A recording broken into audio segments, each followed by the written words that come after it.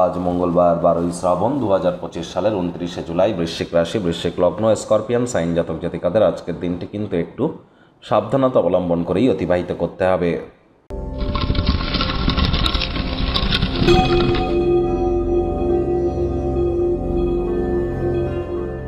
ভিডিওটির শুরুতেই স্ক্রিনে আপনারা দেখতে পাচ্ছেন হনুমানজির প্রণাম মন্ত্র। মনোজবং মারুত্তুল্য বেগং জিতেন্দ্রিয়ং বুদ্ধিমত্তম বরিষ্ঠম বাতাত্মজং বানরজিত মুখ্যং শ্রীরামদূতং শরণ্যম প্রপদ্যে। এটি আজ আপনারা সকাল দুপুর সন্ধ্যা 3 বেলায় পারলে সব মিলিয়ে 108 বার জপ করুন।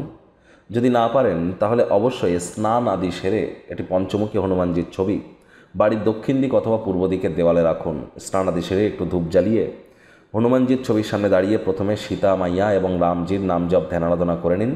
রঘুপতি রাঘব রাজা রাম পতিত পাবন সীতারাম অথবা জয় সিয়ারাম, এটি 3 বার বলে নিন। তারপর এই মন্ত্রটি 3 বার বলুন। তারপর 3 বার বলুন নিজের নাম এবং গোত্র ধরে সদা হরি চেরা।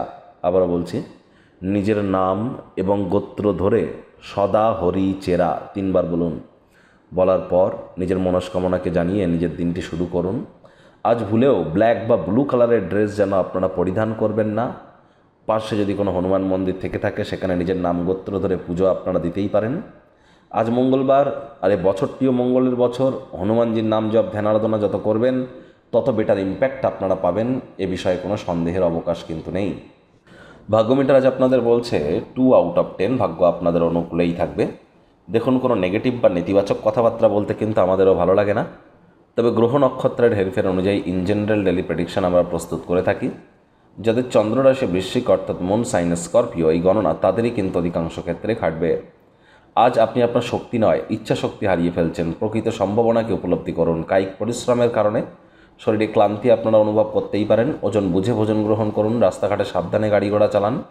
অর্থগত ব্যাপারে ব্যয়বহুল একটি দিন, খরচ বাড়বে। নতুন উদ্যোগ পরিকল্পনার পাশাপাশি নতুন নির্মাণ কার্যকে আজ আপনারা পিছিয়ে দিন। বিশেষ কোনো এক ব্যক্তি আপনার সাথে বিশ্বাসঘাতকতা করতে পারে, জানিয়ে সারাটা দিন সমস্যায় থাকতে পারেন। কাউকে কিছু না জানিয়ে আপনি আজ আপনার বাড়ির দূরে থাকা কোনো আত্মীয় স্বজনদের সাথে সময় হয়তো অতিবাহিত করার জন্য যেতেই পারেন, কিন্তু সেখানে সময় নষ্টই কিন্তু হবে।